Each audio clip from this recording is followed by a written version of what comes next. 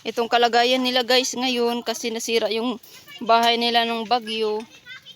Winash out ng dagat kasi nasa tabing dagat lang sila nakatira o dyan. Tapos malapit din yung ulam nila. Hindi sila nawawalan ng ulam kasi malapit sila tabing dagat. Oh. Tapos nangunguha din sila guys ng buko. Napapaalam nilang sila sa may-ari. Pag wala yung may-ari, yung puno na lang at saka ninanakaw na lang. Joke lang. No? Yan. Nagluluto sila guys ngayon oh. Yan sila nagluluto. Ang ganda dito sa ilalim guys. Kahit mainit, hindi kayo mainitan. Punta na kayo dito. Kahit mainit ko, hindi maiinitan. Kahit mainit ang panahon, hindi kayo mainitan dito sa ilalim kasi maganda dito oh. Luluto sila. Pagkain na lang, bigas na lang sa amin problema. Kung pagkain lang din, may mga saging silang tanim. Doon sa kabila. Agi.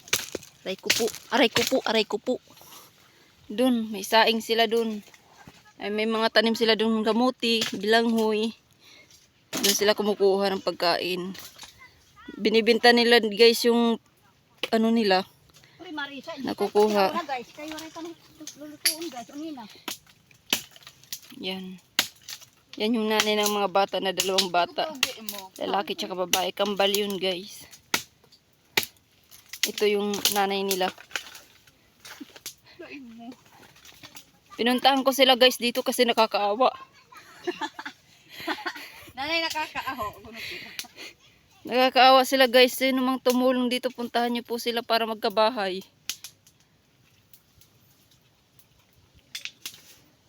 Pero safe naman sila dito kahit anong klaseng bagyo yung dumating. Wag lang yung landa. Tanggalin din. Nung yung Yolanda, guys, yung Yolanda, dito lang sila. Nakakupkup sila sa puno. Hindi sila nadala. Kasi nakakupkup sila sa puno. Nakaakap. Diyan. Humawak lang sila sa puno. Hanggang dito lang talaga sila. Diba? Survivor. Okay. Tuturo ko sa inyo guys kung paano sila nguha. Samahan nyo ako. Dito sila nangunguha ng ano, ulam nila.